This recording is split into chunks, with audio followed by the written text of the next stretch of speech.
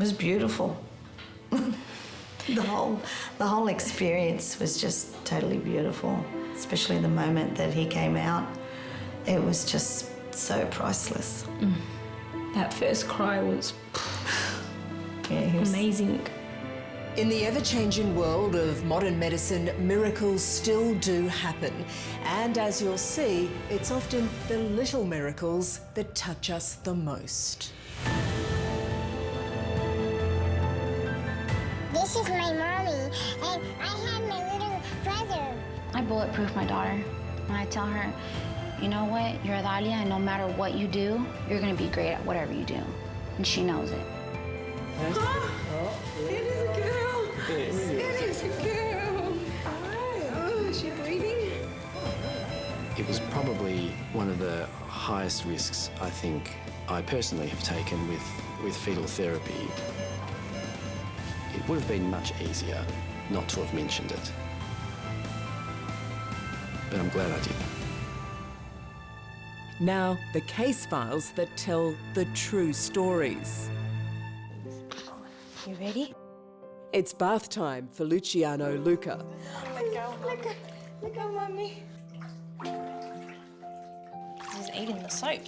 There's nothing he loves more than being pampered by the two special women in his life. It's very, very easygoing, chilled bub. For doting mum Claudia, her little boy is nothing short of a miracle.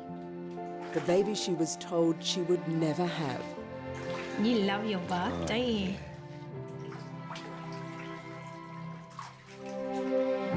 No, Ryan. That's right, Nonna.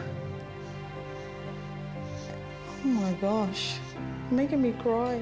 He's the miracle made possible by Nonna, Antoinetta. Such an angel. Yes, you are. You're an angel. At the age of 53, she carried and gave birth to her own grandson to give her daughter the gift of motherhood.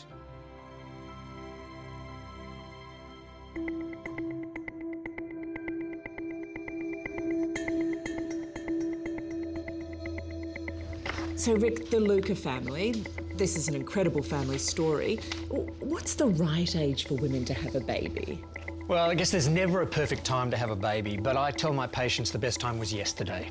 In other words, there's no time like the present. When you are young, you are using eggs that are as old as you are because they were made before you were born. So if you're trying to fall pregnant at 40, your chances are much, much less. There's never a good time to fall pregnant, but now is as good a time as any.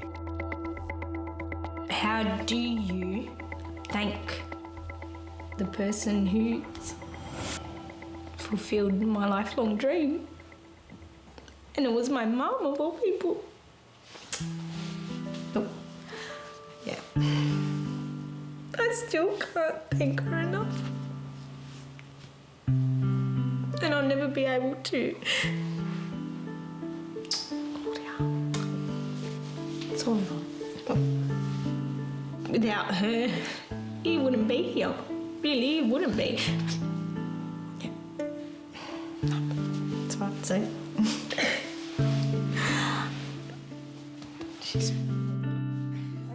This incredible mother and daughter story begins in 1985, when Antoinetta and husband Joe bring the first of their 3 children into the world. At 15 months, Claudia was diagnosed with Mayer-Rokitansky-Kuster-Hauser syndrome, MRKH, a disorder which saw her born without a uterus.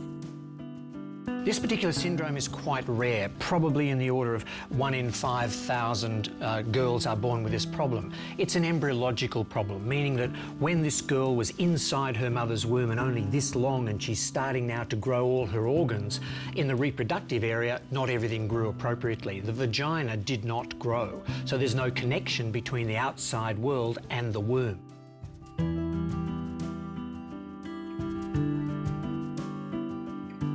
The doctor that actually took the ultrasounds, he sat us down, he was straightforward, and he said, your daughter can't have children, and, you know, being a mother, she started to cry, and he says, oh, that's all right, she can be a nun.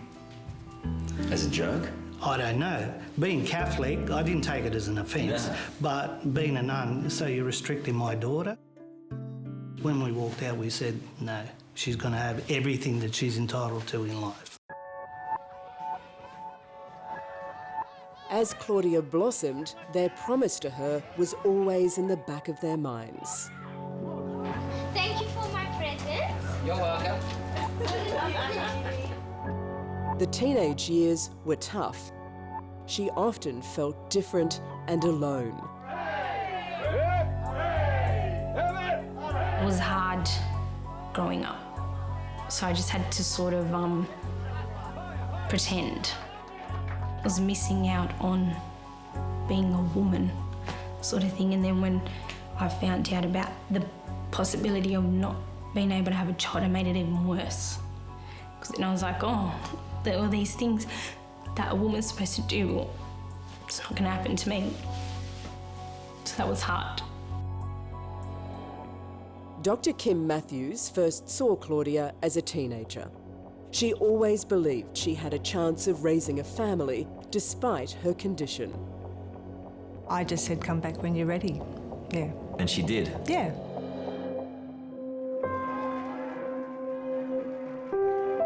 It was almost a decade later that Claudia married her sweetheart, Sonny.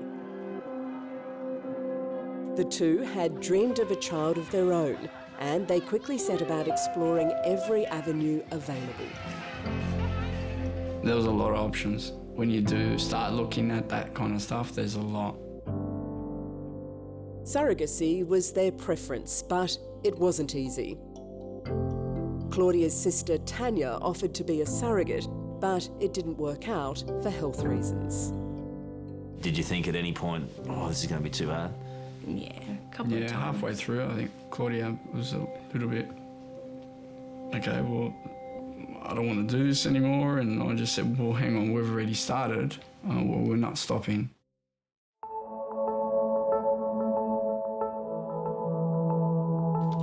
Then, out of the blue, Mum put up her hand. And I said, Claudia, I'll carry your baby for you. I'll do it for you. And her and Sonny, their first reaction was, you can't do it. You're too old, you know. Kim made us aware that there were risks involved. I just took the risk. That's it. You say that the best age for women to have babies is probably in their 20s. What are some of the extremes that you've heard of? Well, it's all very well to fall pregnant in your 20s, but we know the human body is capable of much greater things. There are instances of children only 5 or 6 years of age having babies themselves. They've gone through a very early puberty so that they are able to carry a baby. And then on the other end of the scale, we know of a 59-year-old woman who fell pregnant using her own eggs. Now, we've known of lots of older women who, when they use a younger woman's egg, can fall pregnant. Dr. Kim Matthews was able to extract eggs from Claudia's ovaries, and here in this lab, the work was done to make a miracle. The eggs were fertilised with Sonny's sperm before being placed in Antoinetta's uterus. After 4 attempts over 6 months, finally, the news they'd been waiting for. Seeing her pregnant and her belly grow and that, that was surreal. I got to be there every step of the way, which was the best part of it all, and I got to do it with my mum. Thank you so much from the bottom of my heart for giving my baby a lovely home to grow and thrive in over the past few months. Thank you.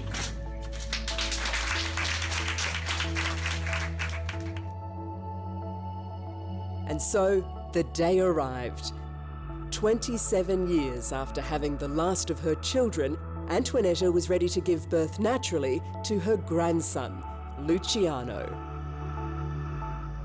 It was beautiful. The whole experience was just totally beautiful, especially the moment that he came out. It was just so priceless. That first cry was he was amazing.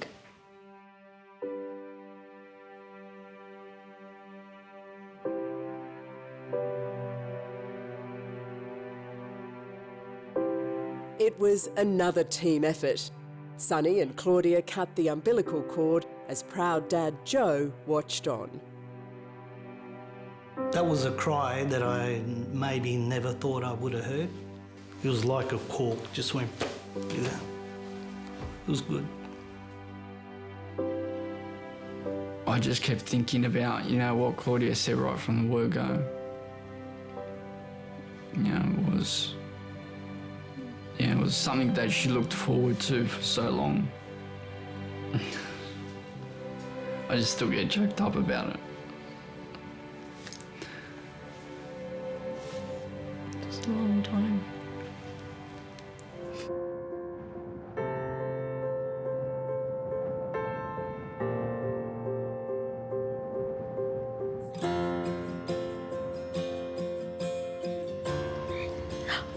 You're going for a walk?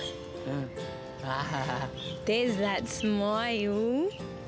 There's that smile. There's no words in the dictionary, there's no words in any language to describe me seeing her and Sonny, you know, with their baby. He's healthy, everything went well. That's all I prayed for every single day for 9 months. And today, for Claudia, Sonny, Antoinetta and Joe, there's one more emotional trip to the IVF clinic. Hello. Hey. Hi. Hello. Hello. Hey, do you want to be up on top? Hi. Mr. Magoo. You weren't this much trouble as an embryo. No, it wasn't. It was a good embryo. Yeah. This is for all those other girls out there like us, new, hey, isn't it? Hey? Thank you. You kept your promise from 10 years ago. It wasn't a promise, it was just a hope for the future, okay? All right? Yeah. All right? And I knew you had eggs there. Yes. It was going to be okay. Yeah.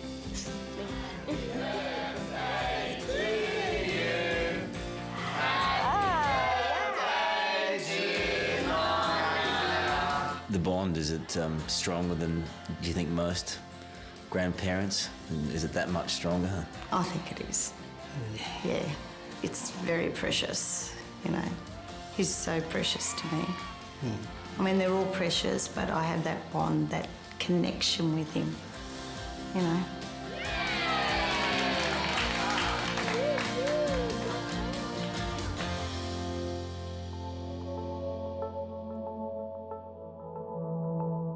It was funny, the day that we left the hospital, that was our wedding anniversary. Yeah.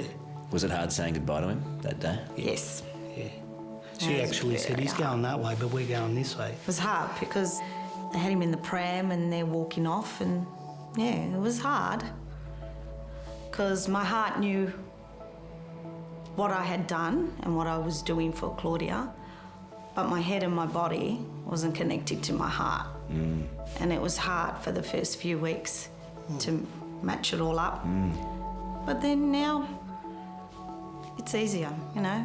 He was a part of me for that little time. All I was I was looking after him for those 9 months, just until he was ready to be with his mummy and daddy.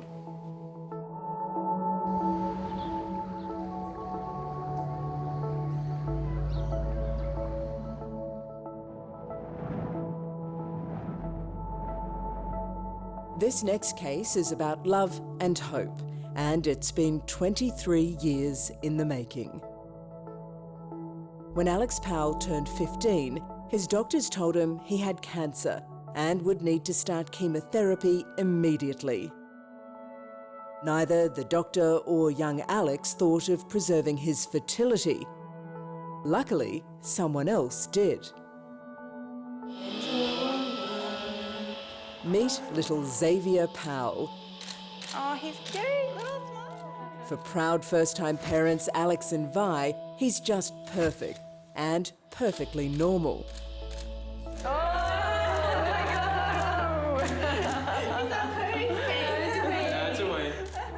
except for the way he was conceived. Xavier holds the world record for being made with the oldest sperm ever used in successful IVF treatment. Sperm frozen for almost 23 years. What are you going to tell him when he's old enough to understand? You were very special, and there were all these people that really helped, you know, your mother and your father to become your mother and your father. Before we explain Xavier, though, we need to go back to when Alex was a boy. He grew up in Melbourne in the care of his stepmum Patricia, and an enduring bond was formed. We'll bring Xavier down. That's me with my older brother. Right.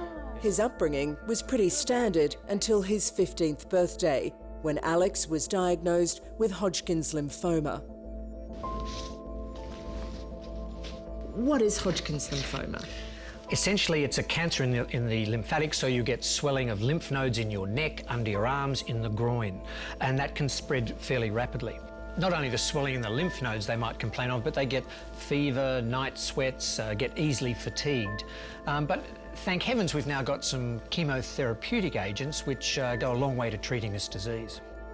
You're just 15 years old, and when you hear the word cancer, what are your first thoughts? Terror. Shock, yeah. It was shock, yeah. Yeah. Alex was told he needed to begin chemotherapy immediately, but Patricia balked because of a remarkable chance conversation she had had on a train that very morning.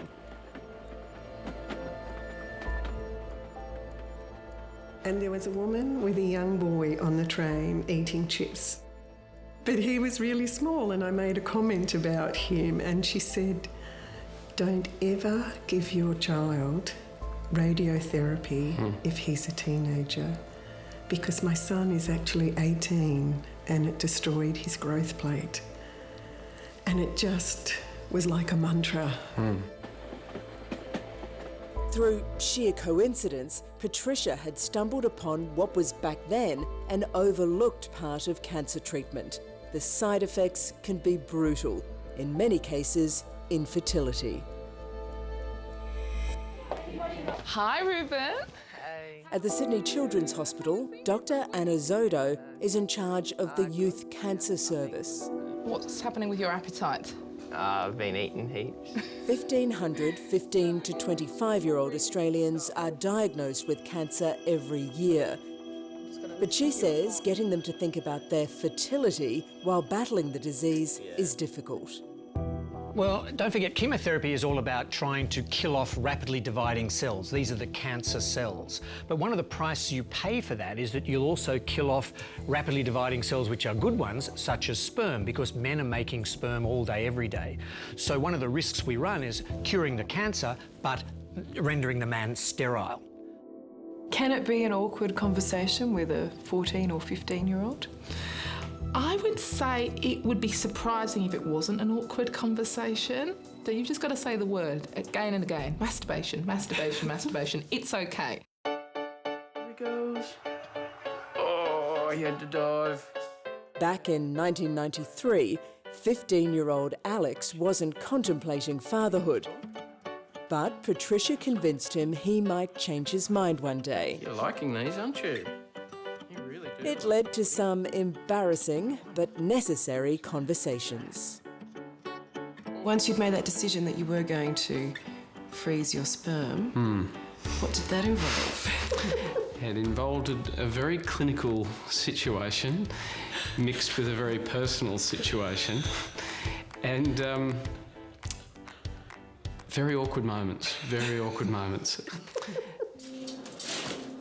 At the Sydney Children's Hospital, Dr. Anna Zodo wants mandatory guidelines for oncologists to help them educate their patients about the potential effects to their fertility. And she's campaigning to get federal government assistance for fertility storage and IVF treatments. Alex, Vi and Xavier Powell are the poster family for its success. Is he one of the lucky ones? Oh, I think he is lucky. He's lucky that it's all worked. So that nerve in there was at one side. These days, Alex runs his own chiropractic business in Brisbane. Smooth. There you go.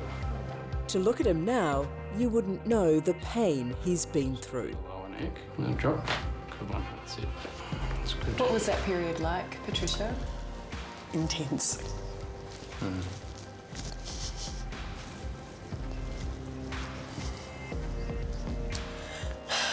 It's coming out now, obviously. So yeah, it was tough. It was beautiful as well, really beautiful. Alex beat his cancer and got on with life with barely a thought for his frozen sperm until 2 decades later when he met Vi. How soon after you met did you decide that you did want to try for a family together? Oh, well, not initially. I said we're going to have to put the ring on first before we try for a family. Alex dutifully asked the right question and joyously received the right answer. And then, in late 2013, they started IVF treatment. Were you nervous when it came time to start trying for a baby? Yeah, absolutely, absolutely. There's a finite amount of those guys and gals. Were you worried about the length of time that had passed? Your sperm had been on ice for nearly 23 years. Yeah, there was a bit of nervousness when they bring these guys out. What's going to happen? Are they all going to turn left? No, we won't want him. No, he's got 2 heads. What were they going to be like?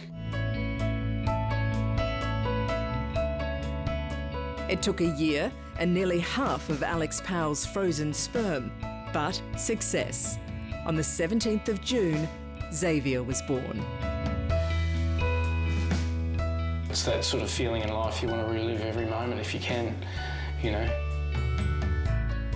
One of the really, really super proud moments was when my father came into that room and I looked at my dad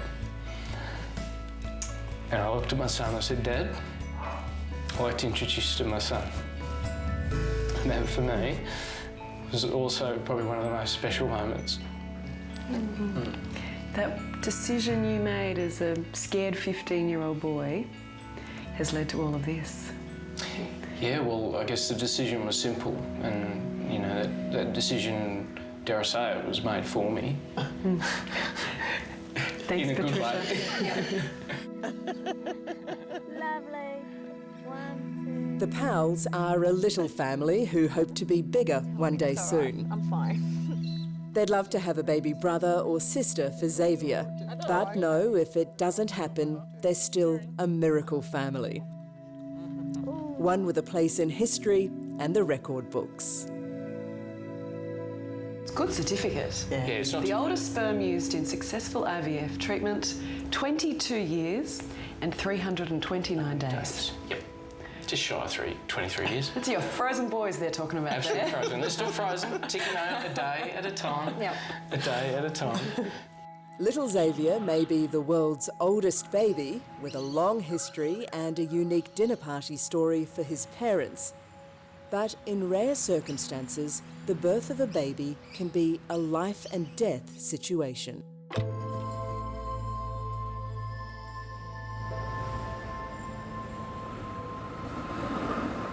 Sam, breathing, and very slowly, Sam.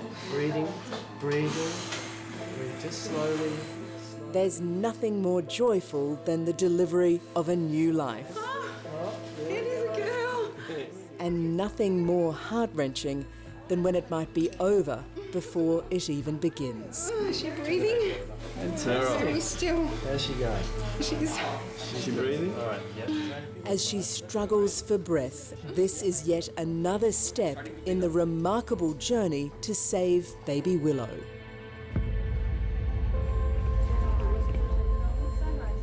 Even before their daughter's delivery, Sam and John Callahan had been through so much. This particular case was the most severe case I'd seen.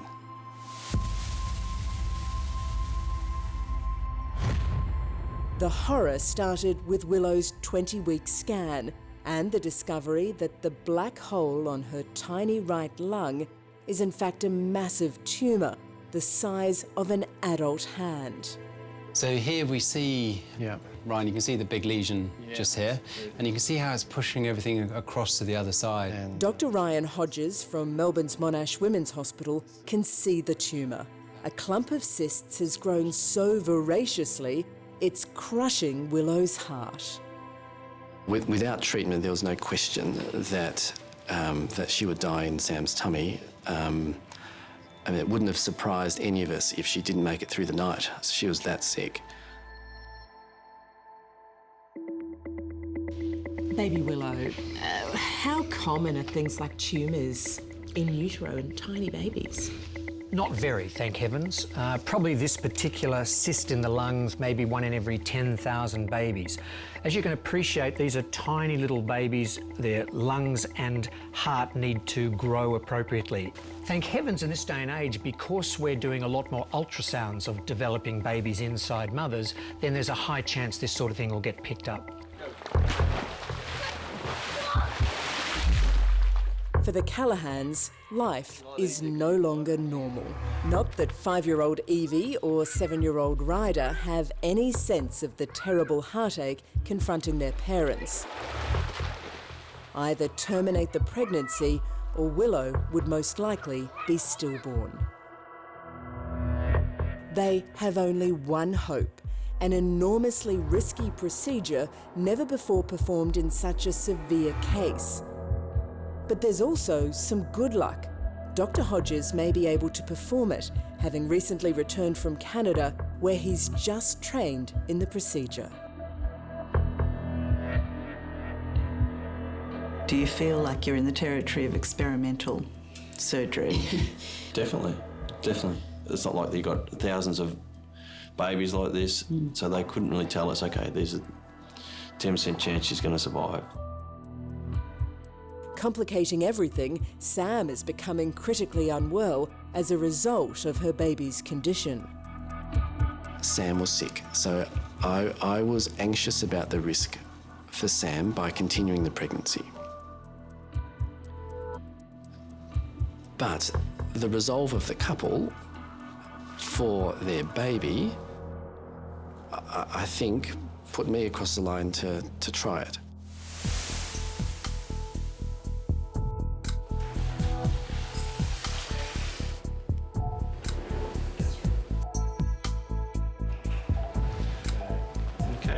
Sam, this is where you have to really control your breathing. That's it. Now, you shouldn't feel any of this now. The plan for the in utero surgery is immensely complicated. Dr. Hodges needs to drain Willow's ever-growing cysts with a shunt so that the pressure on her heart can be relieved. Right. Really important to just have slow breaths. Right. Sam is awake as Ryan guides his needle, navigating the haze of the ultrasound. You want to just line up to that dominant cyst. Through Willow's rib cage and finally into her tiny lung. Yeah, position's great, guys. Yeah. Well done. Okay, so just advancing the shunt down now. Yeah. A mistake of even a millimetre could be catastrophic. That angle. That angle here, perfect. The centre of the central locule. Now fantastic. we just need to see that it has coiled inside the chest. But Ryan remained steady. He positioned the shunt in just the right spot. Within minutes, it's draining fluid out of the cysts. Yeah. Good job. Beauty. Good job. Good job. Can we have a signature? So perfect with the spot we got it in. Amazing. Yeah. So we always knew that whoever it was in there was a tough little person to deal with having those procedures before it was even born. It's crazy. The first 24 hours are critical. And the first ultrasound will reveal Willow's fate. It's just whether the baby's alive or not. That's all it is day one. Is it alive or not? And not only was Willow alive, but the cysts had all started to shrink already within the first day.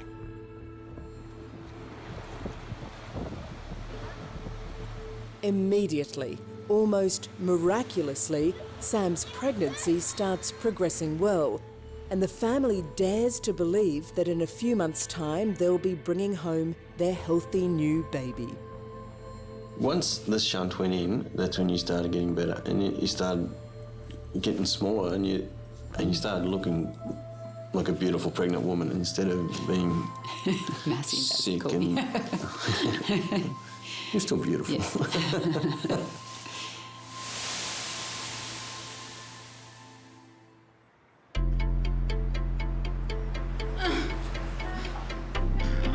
I don't want you pushing yet, Sam. Against all odds, Willow has reached almost 39 weeks and Sam's waters break. Just go with your body, everything's fine. The next worry is whether baby Willow will be able to breathe on her own. Very slowly, Sam. Sam, breathing, breathe just slowly. That was probably the most nervous I've been, I have to admit. Just before she was born. Oh, it is a girl. It is a girl. Oh, is she breathing? The couple's joy of discovering they have a new little girl is tinged with fear. Okay, you got it. She looked very purple and wasn't really moving, and I was sort of thinking, oh, okay, I don't know how this is going to go. Very still. How's she going? She's... Is she breathing? All right, yep. Trying to feel all quiet, so let's go breathing with these nutritionists, yeah? Shallow. Yes, breathing. She's a little cry. As much as I wanted to cuddle her, I also sort of wanted her to go to the doctors and get looked at and checked over and make sure that she was definitely breathing and going to be okay. But Willow is in trouble. She needs immediate help with breathing and is rushed to intensive care.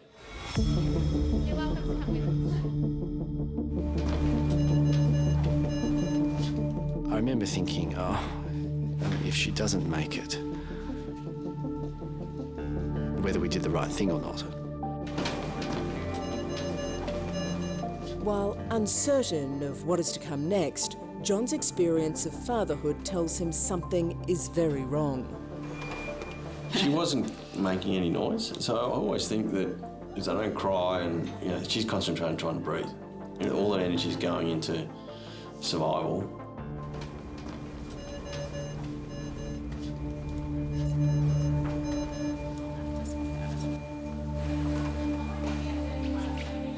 So she's breathing, but she's starting to struggle a little bit.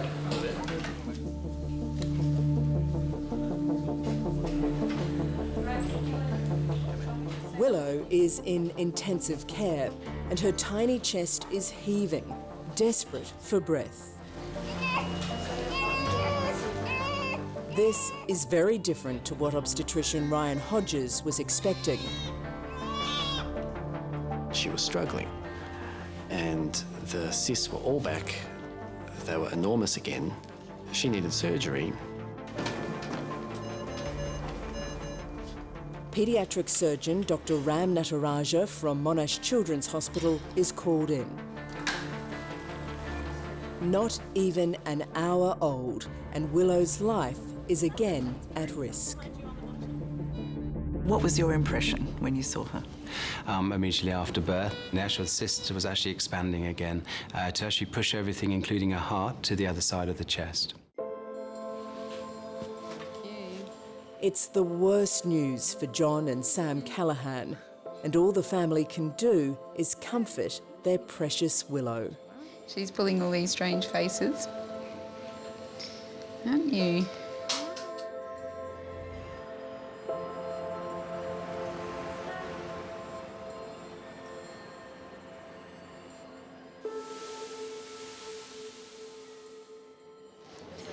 We'll see you when you're out and you've got rid of that awful cyst. 13 days after her birth, time has run out for Willow. Dr. Nataraja has to operate immediately or lose her. So was waiting an option? In Willow's case, no. We want her in there straight away to get that out, because I can't believe she was able to breathe on her own with that inside of her. It was just, yeah, it's pretty scary. We love you lots.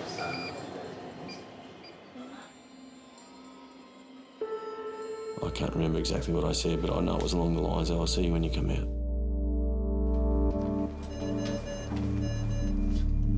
It's the hardest of farewells as Sam and John leave their precious daughter in the hands of the medical team. But yeah, she just looked so innocent and tiny, and to sort of send her off into the operating theatre was pretty difficult. By extending her life in the womb, Dr. Hodges gave Willow's lungs a chance to grow. But even now, he struggles with the gamble he took. I think that was where it was probably one of the highest risks I think I personally have taken with fetal therapy. It would have been much easier not to have mentioned it. But I'm glad I did.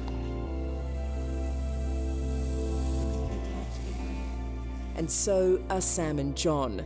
For 13 days at least, they've held and loved their baby daughter.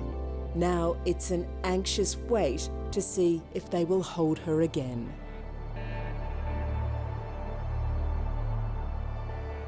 What were those emotions? The waiting and the... Fear. Fear? Yeah, because we got her now. She was real. This is Willow. We had a name and we had a daughter.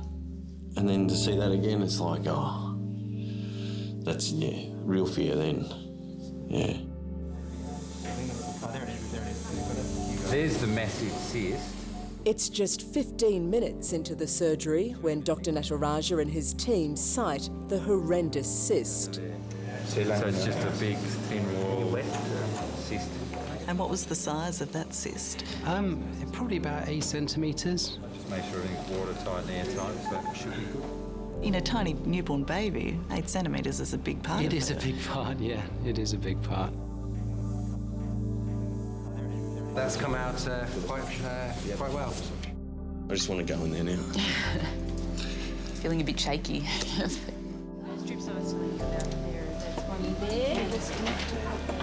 But the little baby Sam and John greet looks far from well. She doesn't look good. Look at her face. It's all squashed up. There's no colour. She looked like she wasn't with us anymore. That's what she looked like. Well, you didn't think she'd make it? It scared the hell out of me seeing her like that. It didn't look good. She looked awful. We knew that she would take a hit from it, for want of a better word, but I knew that she would get better.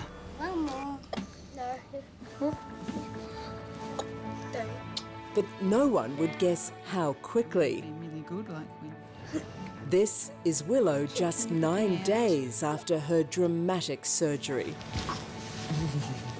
She mends perfectly and is ready to say goodbye to the doctors that saved her. Hey. Hey. Yeah. Oh, hello, beautiful. Oh, well. What was it like to hold Willow in your arms? A wonderful moment, and but to be honest, the satisfaction was more to see her in Sam's arms and John's arms. Yeah, that was the best part. It's warm in here, it is, yeah. Okay. You saved your life, little one. There's 2 men.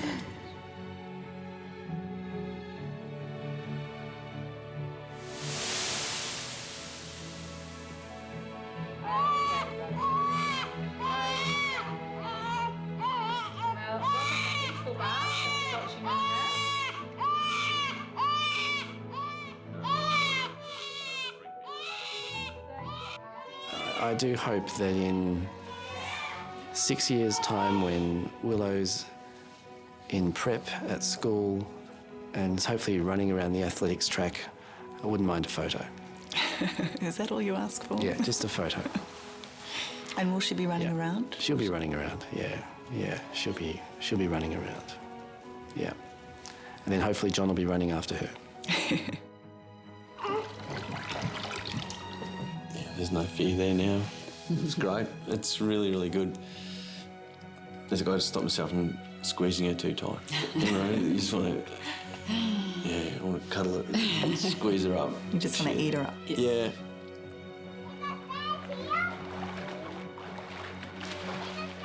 I look at her face and I feel like she's an old soul. Yeah, I look at her and think, yeah, you've been on such a big journey. She's been through a lot. Already, yes. Young Willow has a wonderful and hopefully long life ahead of her. But other kids may not be so fortunate, especially those with a highly uncommon ageing disease. This is Adalia, and she has an extremely rare disease called Progeria. Her tiny body is ageing 8 times faster than normal, while her mind is like that of any other 6-year-old.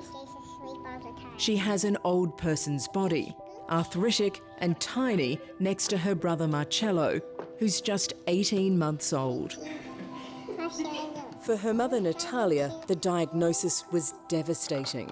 I didn't believe it at first when they told me, and I went on Google and I searched it and I saw some things that I didn't want to see, and I told myself, it's not true, she doesn't have this.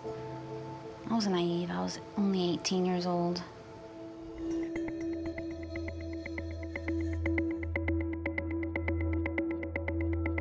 Progeria, this is one of the, what would you say, most rare syndromes in the world? Absolutely. It's probably happens, we think, to about 1 in every 4 million babies. It was only described back in 1886, and there have only been about 130 odd cases reported. There are probably more, but they're the ones that have actually been reported. So a very rare genetic condition. For this young mum, still only 24, it's been a steep learning curve. I got pregnant really young, but like my mom says, as long as you learn and you move forward, that's all that matters. And I've learned, I learned quick. Progeria is a cruel, ultimately fatal disease. No pain, you got it. Well done. Not that Adalia herself thinks for a moment that she's unlucky. Now you want to take it off, after all that effort to put it on. She's happy. That's all that matters. Oh, everything's a drama. What have you told her about Progeria? Nothing. I tell her she's Adalia, and she's an angel. She's perfect the way she is, and she's special, and she knows it. No way! All right, ready to go. Oh my gosh! Adalia is one of only 100 kids in the world to have Progeria. Are you all smiling? No hiding. They're a special club that reunites once a year. Look at me!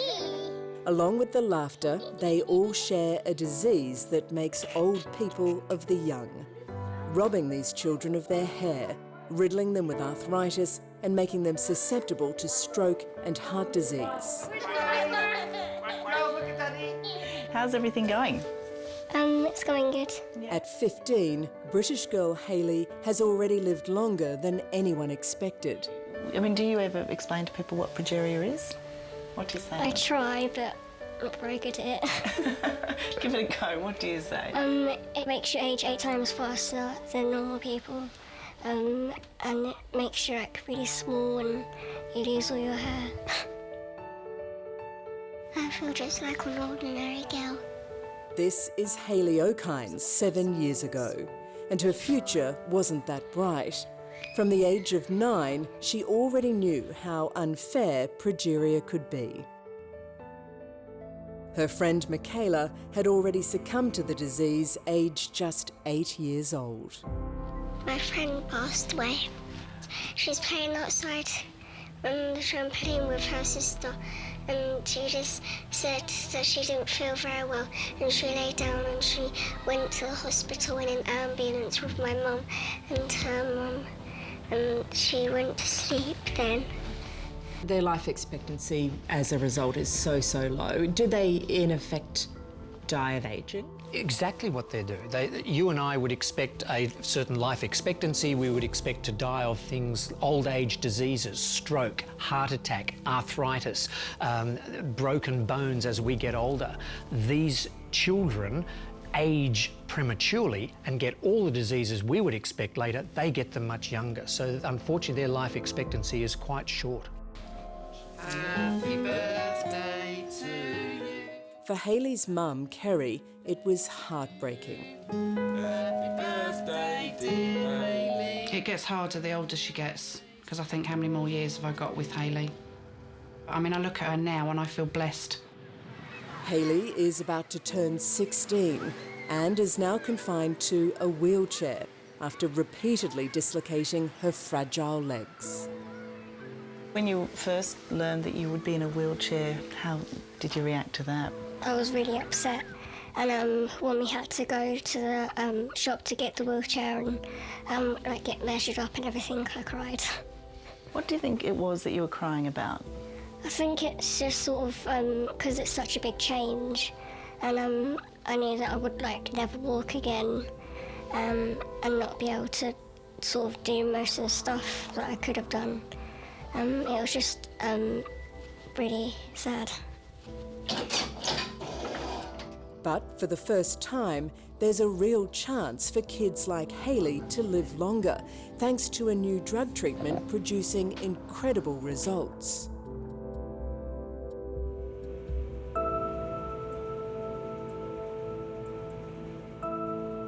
They deserve to live long, healthy lives, happy lives. Dr. Leila Gordon is searching for a cure to progeria, driven by the most powerful incentive possible to save her only child, Sam, who was born with the disease. And sometimes I had to be brave, and it wasn't always easy. But I realized that being brave isn't supposed to be easy. By the time Sam was 16, his wisdom and his wit were inspiring. Oh, wait, hang on a sec. One more piece of advice. Never miss a party if you can help it. My school's homecoming dance is tomorrow night, and I will be there. Thank you very much. Of course, it's very, very personal, but every time I see another child with progeria, one of my patients running down the hall, I feel incredibly passionate. That passion and drive has created some amazing scientific breakthroughs. Against all the odds, Leslie tracked down the elusive progeria gene and is now developing drugs to treat and hopefully one day cure the disease. Leslie's research was a race against time for her courageous son, Sam. Devastatingly, a race that was lost recently when Sam died aged 17. Despite the death of her son, Sam, Dr. Leila Gordon still isn't finished with progeria, and her Progeria Research Foundation is trialling new drugs. And although desperately short of funds, plans to invite every progeria child in the world to take part. When it comes to the kids and the research that's being done, what is the Holy Grail? The Holy Grail is cure. There is absolutely no reason why we can't go all the way.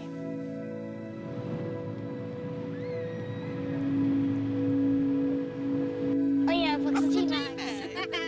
So far, every child on the trial has shown some benefit from the drug. And for Hayley, her medical checkups have brought welcome news. The heart's really good. Her vessels are not as stiff as they were sort of a few years ago before she started the trials. You know, it's interesting when we... You just want them to hurry up, don't you? Yeah, yeah. Faster, faster. Yeah. I just feel good. What do you hope for your daughter? That Hayley can go on and see many more birthdays and a 21st and, I don't know, maybe married, and it'd be great to see her get married. It'd be lovely. How about we go outside and swing? And over in America, that little girl with the heart as big as Texas, Adalia Rose, is also showing signs the new drug is helping. Tell me when to stop. Almost ready? this big personality, as we've seen. Does she ever have, you know, tired moments, miserable moments? No. Ever. Never. If anything, I have to remind her to slow down. She just gets too wild sometimes. She loves to dance. She loves to party. She loves to have girl time, like she says. Just girl time all the time. This is my mommy, and I have my little brother. With her lioness mum on watch, nothing and no one is going to dent Adalia's spirit. What is your greatest fear for your daughter? If somebody were to say something to her, that she'll believe it, and then she'll start living that life. But I bulletproof my daughter, and I tell her, you know what, you're Adalia, and no matter what you do, you're gonna be great at whatever you do. And she knows it. At the ripe old age of 24, Natalia has a wise head on her shoulders. And it's one of the extraordinary things about this disease. Good job, everybody. All the mums in this story are as remarkable as their children. Driven to feats of strength and determination most of us can't imagine.